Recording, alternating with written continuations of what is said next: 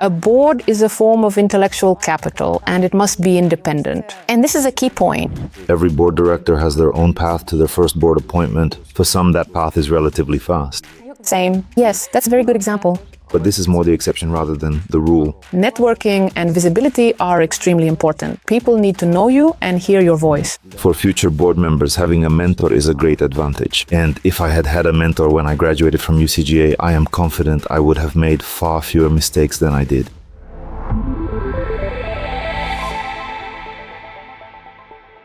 Ladies and gentlemen, welcome to the Boards of Directors with Sergiy Bulavin channel. Today our guest is Yulia Koinak. Yulia, good afternoon.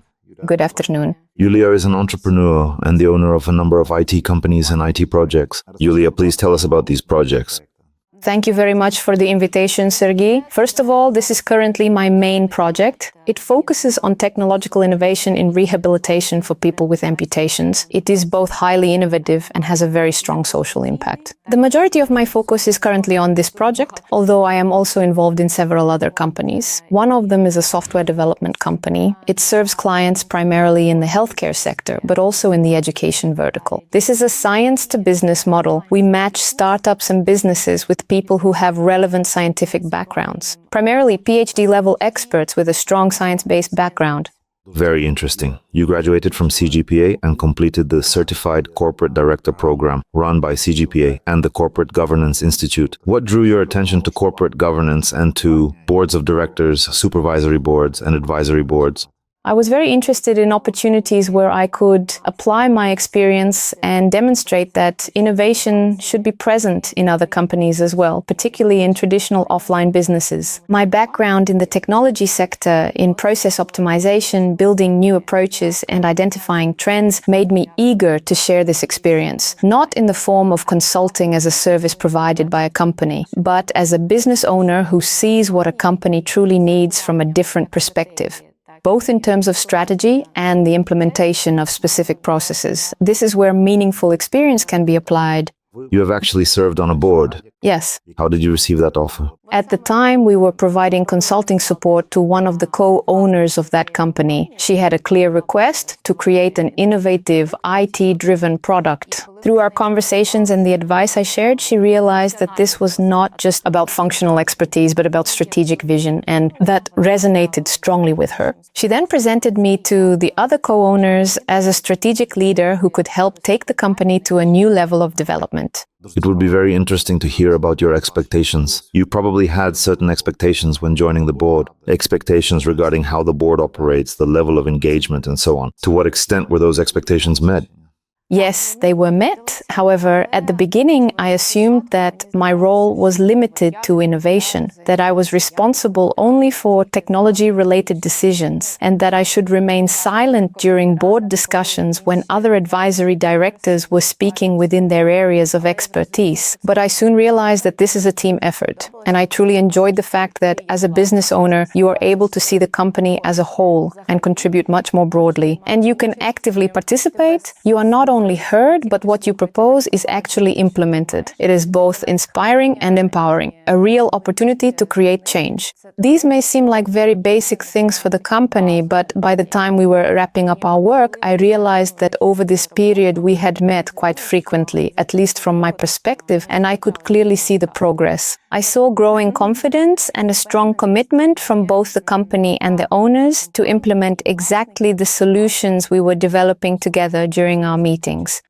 This is a major advantage of working with boards, especially advisory boards in small and medium-sized businesses, because you receive feedback very quickly on what you do. In many cases, decisions are implemented almost immediately.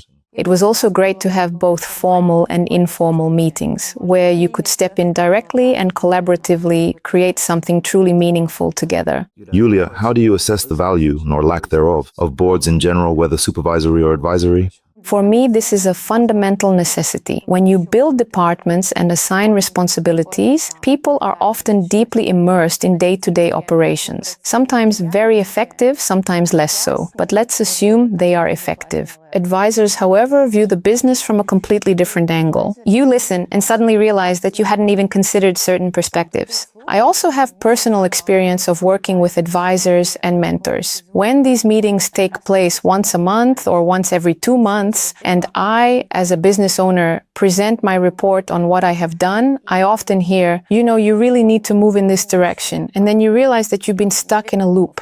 You suddenly understand, yes, I hadn't even thought about that. This is why I believe that when a company needs a new stage of development and needs to move forward, a board is not optional. It is a necessity. Yulia, it is commonly believed that both advisory boards and supervisory boards operate at the strategic level. In the case of the board we've been discussing, were there any strategic decisions that had a significant impact on the company's development and future operations? Yes, that's a very timely question because a board is a form of intellectual capital, and the most important thing in my view is that it must be independent. And this is the key point, because in this case it was precisely the independence, the intellectual approach, and the experience of the engaged advisors that made the difference. It enabled us to see that the company needed restructuring, that it had to break out of the constraints it was operating within, including its geographic boundaries. As a board, we ourselves proposed to the owners not only to step away as a board, but also to reformat the company in its existing form so that it could move to a completely new level of development. I believe this was the most important and in many ways the most powerful strategic decision that was made. It was a decision after which the company became part of a larger organization. The board was dissolved. And a new board was formed within the new structure. This was because the challenges had changed and the objectives were entirely different. This outcome was very logical. And, by the way, this often surprises owners who sometimes assume that board members are deeply attached to their positions. This is exactly where the issue of independence comes into play. Yes, when a project is truly compelling, any member of a board or an advisory board may naturally want to stay involved. But the interests of the business must always come first. This was in fact a very responsible decision and one that my colleague and I now use as a case study in our teaching at CGPA. That's great. Yulia, the board we are discussing, was fairly well gender balanced, almost 50-50. It is often argued that there are certain limitations or barriers that prevent women from reaching top executive roles or board positions. At the same time, in Ukraine, there are statistics showing that women hold a higher share of top executive positions than the global average. On the other hand, the situation looks very different when it comes to boards. In the boards of Ukrainian companies, women are still significantly underrepresented. Moreover, if we look at CGPA membership, the ratio of women to men is approximately 50-50. One would expect to see this in boards. Yet in the boards I currently serve on, all members are men. So in practice, I hardly see evidence that this gender balance in boards is actually working. What could be the reason for that? A very interesting question, because in the past a similar discussion existed around women leaders, women heading companies, and women in top management. It was very difficult to move into that space at the time. In my view, women are often associated with multitasking, the ability to think systemically and to handle several roles at the same time, and that is completely normal. This is why women perform very well as managers and as top executives. They excel in management and top management roles, but at the board level, the role is different. It requires stepping back, looking at the business from multiple angles, acting as a leader, and exercising influence. And this is where we see a certain imbalance. I also believe this is not only an external issue, but an internal one as well, for women themselves, in terms of making the transition and realizing what they want, what they can do, and that such an opportunity even exists. Should there be some form of support to help women while they are working make these kinds of decisions? Yes, I think first and foremost there needs to be stronger media and visibility support so that women are aware that this path exists, that there are organizations like CGPA and other opportunities to learn, and that it is possible to influence change at the board level. Because in reality, many simply do not know that this opportunity exists. On the other hand, there must also be peer and community support, such as initiatives like Women Leaders in Ukraine, communities that bring women leaders together, offer rich content and events, and create space to speak up, share expertise, and be visible. Because if you don't show up, not even within your own business, you don't create opportunities to move into the public or board level space. Is there any sense in introducing quotas as some countries do? Many market participants have mixed feelings about them, because on the one hand, any quota represents a form of restriction. These quotas can lead to symbolic appointments when someone is appointed to a position, not because of quotas but because of professional merit. On the other hand, I have heard from board members that they would not support quotas because this could lead to appointments being driven by requirements rather than by objective evaluation. In such cases, professionalism might no longer be the primary criterion, and the focus could shift to adjusting the gender balance of the board instead. It is a complex issue, and I cannot give a clearly positive or negative answer because ultimately this is about expertise. If the expertise is there, and if I am associated with a strong track record, then the right question should not be whether the candidate is a man or a woman, but who has the deeper expertise in a given field. Expertise should prevail. It's believed that networking is very important for getting an offer to join a board, but when it comes to networking, women probably face certain nuances, because as a rule, business owners are men, as are most executives. That said, the balance still exists in theory, but in practice boards remain predominantly male. How can women build visibility and the right kind of networking if they want to move toward board roles or non-executive director positions? Yes, networking is fundamental. As I mentioned earlier, visibility is critical. Like, people need to know you and hear your voice. Networking, in my view, is built through fairly simple and natural steps. One of the easiest ways is to look around business clubs and professional associations where you can demonstrate your expertise. You don't need to attend conferences and feel uncomfortable approaching strangers and explaining what you do. When you are already among business leaders or within your area of experience, you have an opportunity to present yourself more authentically. It feels easier and more natural. In addition, there are professional networks such as CGPA, Corporate Governance Professional Association, and UCGA, institutions that provide specialized education and certification. Each of them has its own community, and active engagement within these communities significantly increases your chances of receiving a board offer. That said, I believe there is still insufficient communication from these institutions about the opportunities they offer beyond education itself. It should not end with completing a program and receiving a certificate and then simply waiting to see whether someone invites you. There is an association, there is networking, and there are relationships you actively build. Ultimately, every corporate director has their own path. The path to the first board appointment can be relatively fast and straightforward for some, as in my case, and a very good example.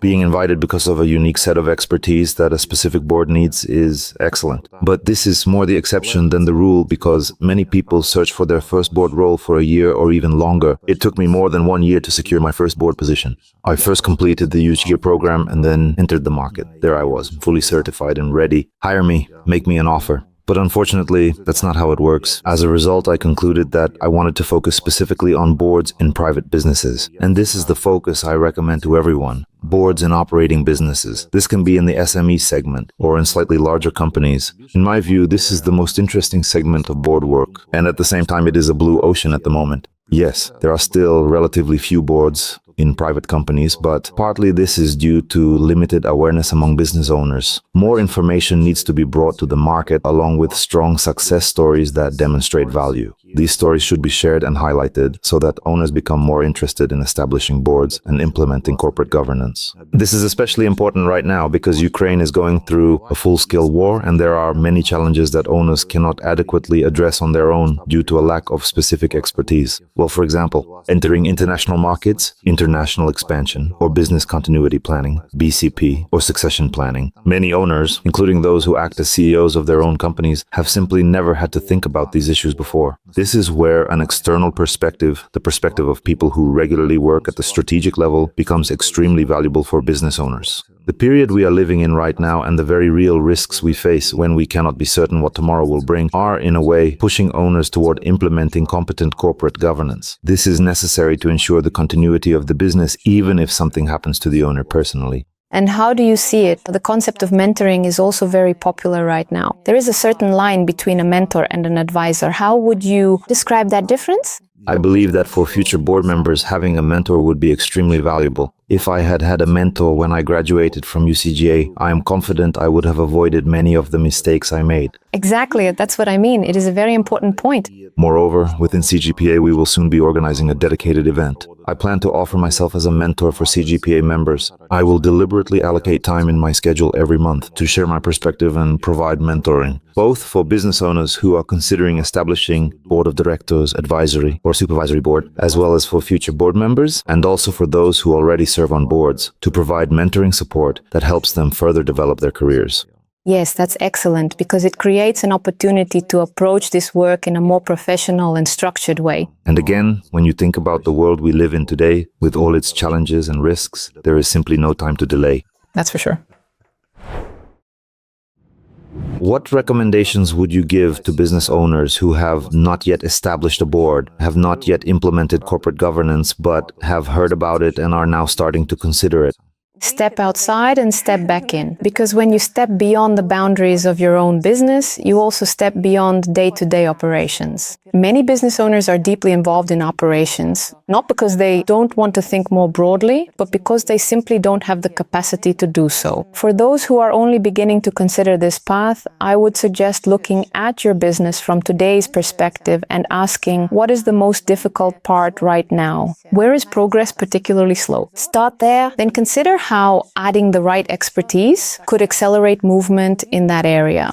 Today, I also see this very much as a matter of support. We live in times, as you mentioned, where we never know what tomorrow will bring, and mutual support, even in this form, becomes a shoulder you can rely on at any moment. It's not only about a fixed number of hours per month or formal limits. It's about having someone to think with, someone whose expertise complements what you are missing. As for future board members who have not yet decided whether to move in this direction, but sense that there is something beyond an executive career, for me, it was also a challenge. I started with practical advisory board work and only later went on to study at CGPA and became a certified advisor and director. That was my path, and it required an honest look at myself. From another hand as well, when you work in your own business or as an executive or top manager, you realize that your expertise also needs to evolve. This is a natural professional development. I personally found it extremely valuable to observe and learn from every advisory board I participated in. It was a learning experience. I looked at businesses I didn't fully understand from a financial perspective, but by listening, I became much more connected to financial flows, strategic thinking, and later, innovation. It gives you a much broader perspective.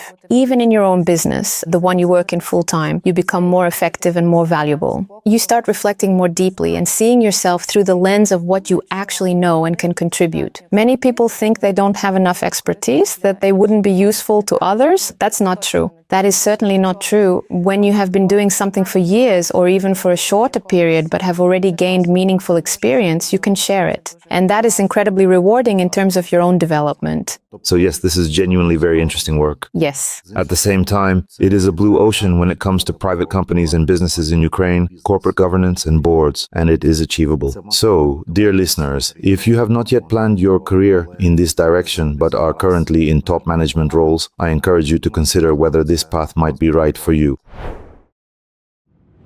Yulia, thank you very much for an engaging and insightful conversation. Thank you as well for the opportunity to share my experience and be of value. Ladies and gentlemen, thank you for being with us. See you on the channel.